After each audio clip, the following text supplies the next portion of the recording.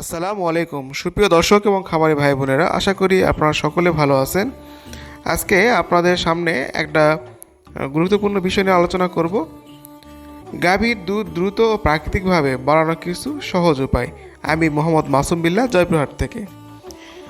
প্রথমে খাবারে নজর দিন। গাভীর খাদ্য সবুজ ঘাস, খড়, ভুসি, খৈল ও মোলাসেস থাকতে হবে। একটি গাভীকে তার ওজনের 3% খাবার দিতে হবে প্রতিদিন।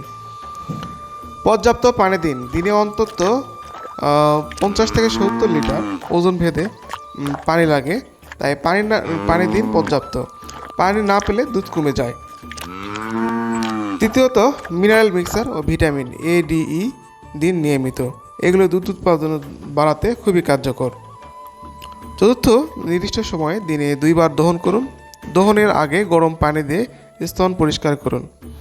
পঞ্চম, যেটি আপনার গুরুত্বপূর্ণ বিষয়, সেটি হলো গাভীর ঘর পরিষ্কার ও শুষ্ক বাতাস চলাচল উপযোগী রাখুন। পরিবেশ যত আরামদায়ক হবে দুধ তত বাড়বে। 6 নম্বর কারণটা সেটা হলো গাভীকে আদর করুন, ভয় দেখাবেন না।